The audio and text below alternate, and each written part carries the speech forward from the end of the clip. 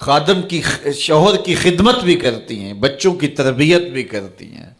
آسیہ گردان و لب قرآن سرا، ادھر چکی بھی چل رہی ہے اور لبوں پر قرآن کے نغمے بھی جاری ہیں۔ آسیہ گردان چکی چلا رہی ہیں، واللب قرآن سرا، اور اقبال کہتا ہے لبوں پر قرآن کے نغمے جاری ہیں۔ جب لبوں پہ قرآن کے نغمے ہو اور آٹا پیسا جا رہا ہو تو پھر وہ گندم اور وہ آٹا جب بچے کھائیں گے تو پھر حسین ابن علی کے کردار ہی پیدا ہوں گے۔ لیکن تھرکتی تصویریں اور نیم برہنہ شکلیں اور کانوں میں جو ہے وہ میوزک کی آوازیں، اور ماں اس ماحول میں بچے کو دودھ پلا رہی ہو تو بچہ حسین ابن علی کا جان نشین تو نہیں بنے گا۔ کوئی اداکار تو بن سکتا ہے، کوئی گلوکار تو بن سکتا ہے، لیکن حسین ابن علی کا جان نشین نہیں بنے گا۔ تو ماؤں کو کامل اکمل نمونہ سیدہ فاطمہ تو زہرا کا اختیار کرنا چاہیے، اس نمونے کو لے کے اپنی زندگی میں اتارنا چاہیے۔ آج ہم دلیلیں دیتے ہیں، میڈیا سے دلیلیں سنتے ہیں، اسلام تنگ نہیں ہے، تم نے اسلام کے دائرے کو تنگ کر دیا ہے۔ میں ایک ہی بات کہا کرتا ہوں، یہ دلیلیں دینے والے سوچیں کہ رسول خدا کی بیٹی کے پردے کا عالم کیا تھا۔ بس ہمارے لیے وہ نمونہ ہے، وہ کامل اور اکمل نمونہ ہے، اور ہم نے اپنی زندگی اس نمونے کے مطابق گزارنی ہے۔ سیدہ پاک سلام اللہ علیہا کو اس بات کی فکر رہتی تھی کہ ساری زندگی تو میں نے اپنے پردے کی حفاظت کی، مرنے کے بعد جب پٹڑے کے اوپر ڈال کر کے لے جایا جاتا ہے لاش کو، تو اس وقت جسم جھلکتا ہے، چھلکتا ہے، تو بے پردگی ہوتی ہے۔ تو زندگی میں تو انسان اپنے پردے کی حفاظت کر لیتا ہے، لیکن جب جنازہ اٹھتا ہے تو اس وقت عورت کے جسم کی ڈیل ڈول ظاہر ہو جاتی ہے اگرچہ اس کے اوپر پردہ پڑا ہوتا ہے۔ اور یہ سخت فکر مند تھی اور بات بھی کرتی تھی۔ حضرت اسماء بنت امیس رضی اللہ تعالی عنہا سیدہ پاک کے پاس بیٹھی تھی، اور یہ وہ خاتون ہیں جنہوں نے حبشہ کی جانب ہجرت کی تھی۔ جب مسلمانوں پر حالات تنگ ہو گئے تو 2 مرتبہ حبشہ کی جانب ہجرت ہوئی ہے، اور تیسری ہجرت جو ہے وہ مدینہ المنورہ کی جانب ہوئی۔ تو حبشہ کی جانب انہوں نے ہجرت کی اور وہاں کچھ وقت گزارا تھا، تو انہوں نے کہا کہ میں نے وہاں ایک منظر دیکھا ہے کہ چارپائی کے چاروں پائے جو ہیں ان کے ساتھ شاخیں باندھی جاتی ہیں، اور شاخیں باندھ کے ان کو پھر آپس میں جوڑ دیا جاتا ہے، اور اس کے اوپر کپڑا ڈال دیا جاتا ہے، وہ ایک ڈولی بن جاتی ہے، اور اس میں عورت کا جنازہ ہوتا ہے۔ تو جب یہ بات سنی تو سیدہ کی خوشی کی انتہا نہ رہی، کہا یہ تو بہت اچھا ہوا۔ اور سیدہ پاک کا پھر جنازہ پردے کے ایسے ماحول میں اٹھتا ہے اور رات کی تنہائی میں اٹھتا ہے، اور بہت تھوڑے لوگ جنازے میں شامل ہوتے ہیں۔ اور پھر سیدہ پاک سلام اللہ علیہا کے پردے کا عالم یہ ہے، اہل سیر نے لکھا ہے کل قیامت کے دن جب میدان حشر میں سیدہ تشریف لائیں گی تو 70,000 حوروں کے جلو میں ہوں گی، اور جب گزریں گی تو آواز آئے گی یا اہل الجمع غدوا ابصارکم لئنا فاطمہ بنت محمد حتی تمر۔ اے نبیوں، رسولوں، پیغمبروں، اے صالحین، نیکوکاروں، اے حشر کے میدان میں جمع ہونے والے لوگوں، اپنی نظریں نیچی کر لو، محمد کی صاحبزادی گزر رہی ہے۔ تو قیامت کے دن بھی اللہ ان کو یہ اعزاز دے گا، ان کو تکریم دے گا، ان کو عزت نصیب کرے گا۔ تو سیدہ پاک کا نمونہ زندگی ہماری مخدرات اسلام کے لیے، ہماری بیٹیوں کے لیے، بہنوں کے لیے کامل، اکمل اور مکمل نمونہ ہے۔ مزرعہ تسلیم را حاصل بطول، مادران را اسوائے کامل بطول۔ تو ان سے ہمیں سیکھنا ہے کہ انہوں نے اپنی ساری زندگی کیسے گزاری۔ آج کی عورت کہتی ہے کہ میں نہیں کر سکتی نماز، روزہ اور یہ امور نہیں بجا لا سکتی، بچوں کا بوجھ اتنا ہے، ان کی تربیت اور ان کو کھانا دینا، ان کو دودھ دینا، بار بار جو ہے وہ ان کا لباس تبدیل کرنا، کب وقت ہوتا ہے، میرے کپڑے بھی ناپاک ہو جاتے ہیں، تو کیسے میں ان کو جو ہے بچوں کو کروں اور اس کے بعد عبادات بھی وقت پہ کر سکوں؟ تو یہ بڑا مشکل ہے۔ وہ حضرت سیدہ کو دیکھیں کہ آپ اپنے کندھوں پہ مشکیزہ بھی اٹھا کے لاتی ہیں، چکی بھی پیستی ہیں، بیٹوں کی تربیت بھی کرتی ہیں، شوہر کی خدمت بھی کرتی ہیں، اور مصلی بچھا کے جب کھڑی ہوتی ہیں تو ساری ساری رات قیام میں، کبھی رکوع میں، کبھی سجدے میں گزر جاتی ہے، اور پھر کہتی ہیں مالک تیری راتیں اتنی چھوٹی ہیں، تیری بندی کا ذوق بندگی ہی پورا نہیں ہوتا، ایک تو رات اتنی لمبی بنا دے جی بھر کے تجھے سجدہ ہی کر سکوں۔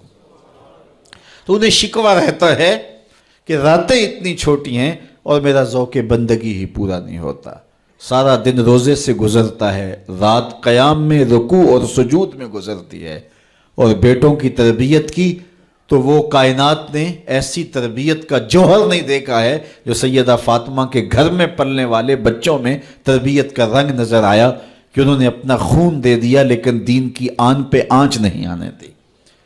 تو ان کی زندگی ہمارے لیے، ہماری مقدرات اسلام کے لیے، بہنوں، بیٹی اور ماؤں کے لیے کامل اکمل نمونہ ہے۔ میری بہن، میری بیٹی، تو مغرب کی ٹینو نہیں ہے، تو مشرق کی بیٹی ہے، تو کوئی دیا نہیں ہے کہ جس کو جو چاہے اٹھا کے لے جائے، تو گھر کی رونق ہے، عزت ہے، آبرو ہے، تو سمٹ جائے گی تو معاشرہ پھیل جائے گا، اور تو اگر گھر میں سمٹ کے بچوں کو سنبھال لے گی تو امت بحر و بر پہ قابض ہوگی، لیکن اگر تو گھر کو نہ سنبھالا تو پھر امت کبھی بھی بامراد اور کبھی بھی سرخرو نہیں ہو سکتی۔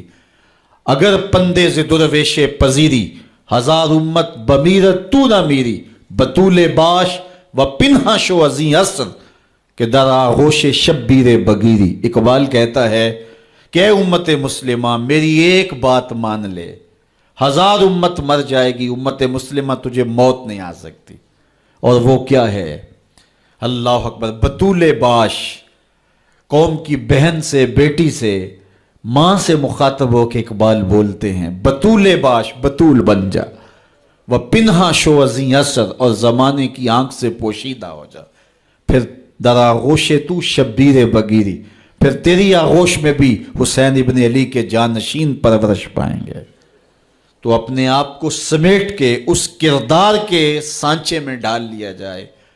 عورت کا دائرہ کار گھر ہے، چار دیواری ہے، اور اس چار دیواری کے ماحول کو آسودہ رکھے، وہ باہر نکل کر کے جو ہے وہ گھر کی ذمہ داریوں سے دستبردار نہ ہو۔ یہ ذمہ داریاں مرد کی ہیں کہ وہ باہر نکلے اور ضروریات کو فراہم کرے۔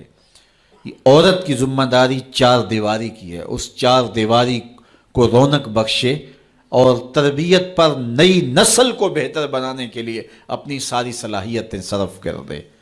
ساری زندگی میں ایک اس کا بچہ بھی اگر قوم کو مل گیا تو قوم کی تقدیر بدل دے گا۔ مائی راستی ہیں یا ام الخیر ہیں، انہوں نے ایک ایک بچے کی تربیت کی، آج مائیں کیوں نہیں کر سکتی؟ بابا فرید کی ماں بیٹے کے مزاج کو سمجھتی ہیں کہ یہ شکر کو بہت پسند کرتا ہے، تو شکر کی پڑیا مصلے کے نیچے رکھ دیتی ہیں، اور بیٹا مصلہ اٹھاتا ہے تو نیچے شکر کی پڑیا ملتی ہے، روز ڈیوٹی دیتی ہیں، اور بیٹا شوق سے نماز پڑھتا ہے، بعض میں شکر کی پڑیا بھی ملے گی۔ ایک دن کہیں گئی تھی تو نماز کا وقت ہوا، ماں وہاں بے چین ہے، اور وہیں مصلی بچھا کے کہتی ہے مالک میری لاج رکھنا، آج بیٹا مصلی اٹھائے اور اس کو شکر کی پڑیا نہیں ملے گی تو راز کھل جائے گا، تو بیٹا کہیں بدظن نہ ہو جائے۔ اس کا گمان یہ ہے کہ مالک اپنی کرم نوازیوں سے یہ پوری مجھے ڈائریکٹ دیتا ہے، درمیان میں کوئی نہیں ہے۔ اللہ اکبر۔ خیر، ماں واپس پلٹی اور سب سے پہلے تجسس بھری نگاہ سے بیٹے کو دیکھ رہی تھی کہ بیٹا کوئی شکایت تو نہیں کرتا، لیکن فرید بیٹے کے لب پہ کوئی شکایت نہیں تھی۔ خیر، ماں نے پوچھ لیا بیٹا نماز پڑھی تھی؟ کہا اماں نماز پڑھی تھی، لیکن آج جو شکر ملی ہے اس کا چس ہی کوئی اور تھا، اس کا ذائقہ ہی کوئی اور تھا۔ تو آنکھوں سے چھم چھم آنسو برسنے لگے، مالک تو نے میری لاج رکھ لی۔ تو پھر بتایا کہ بیٹے میں تو یوں ہی پڑیا رکھتی تھی، آج مالک نے جو ہے وہ میری لاج رکھی ہے اور تیرے مصلے کے نیچے پڑیا رکھ دی، پھر فرید بنا نا۔ تو پیچھے ماں کھڑی نظر آتی ہے، حضرت غوث اعظم رضی اللہ تعالی عنہ اگر غوث اعظم ہے تو ان کے جبے میں 40 دینار ماں سی رہی تھی نا، اور ساتھ نصیحت کر رہی تھی کہ بیٹا جو بھی ہو جھوٹ نہیں بولنا ہے. پھر ڈاکوؤں کو بتا رہے ہیں کہ 40 درہم تو میرے پاس بھی ہیں. تو ڈاکو کہتے ہیں عجیب کہانی ہے، بھلا کو ڈاکوؤں کو بھی پیسے بتایا کرتا ہے. کہا میری ماں نے کہا تھا جھوٹ نہیں بولنا، جو بھی ہو جائے لیکن جھوٹ نہیں بولوں گا. اب ڈاکو شرمندہ ہو کے بولتے ہیں یہ ماں سے جھوٹ نہیں بولتا، ہم رب کا حکم نہیں مانتے. اور یہ پہلے لوگ تھے جو حضرت غوث اعظم کے ہاتھ پہ جو ہے وہ توبہ کرنے والے تھے.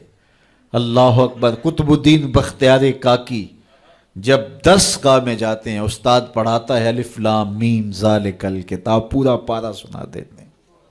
دوسرے پارے کا آغاز ہوتا ہے سیقول السفہاء من الناس، بچہ سارا پارہ سنا دیتا ہے. تیسرا پارہ، چوتھا پارہ، 14 پارے سنا دیے. کہا یہاں سے شروع کرو، سبحان الذی اسری بعبدہ. تو کہا بیٹا جس درس گاہ میں 14 پارے پڑے تھے وہیں بقیہ قرآن بھی حفظ کر لیا ہوتا. کہا استاد جی میں کسی درس گاہ میں نہیں گیا، میری ماں 14 پاروں کی حافظہ تھی، اور صبح جب اٹھتی تھی تو قرآن بھی پڑھنے لگتی اور کام کاج بھی کرتی. تو بچپن سے ہی سن سن کے ماں کی آغوش سے یہ 14 پارے یاد ہو گئے. تو مائیں اگر ایسی ہوں تو بیٹے ایسے ہوتے ہیں. اس لیے ماں کے کردار کو روشن کرنا ہوگا، ماں کے کردار کو بہتر کرنا ہوگا. اور ماؤں کے لیے کامل اکمل نمونہ سیدہ پاک سلام اللہ علیہا کا نمونہ زندگی ہے، اور ان کی زندگی کے ایک ایک پہلو سے روشنی لے کر کے، اجالا لے کر کے مخدرات اسلام کی زندگیوں میں چراغاں کیا جا سکتا ہے، اور ان کی زندگی سے ایک اچھی نسل تیار ہو سکتی ہے. کسی نے کہا تھا مجھے اچھی مائیں دے دو میں تمہیں اچھی نسل دوں گا. تو سیدہ پاک کا اسوہ ہمارے لیے یقیناً کامل اور اکمل نمونہ ہے. اللہ تعالیٰ ان کے نقوش پاک کی برکتیں اور ان کے وجود سے وابستہ رحمتیں ہماری ماؤں، بہنوں اور بیٹیوں کو نصیب فرمائے.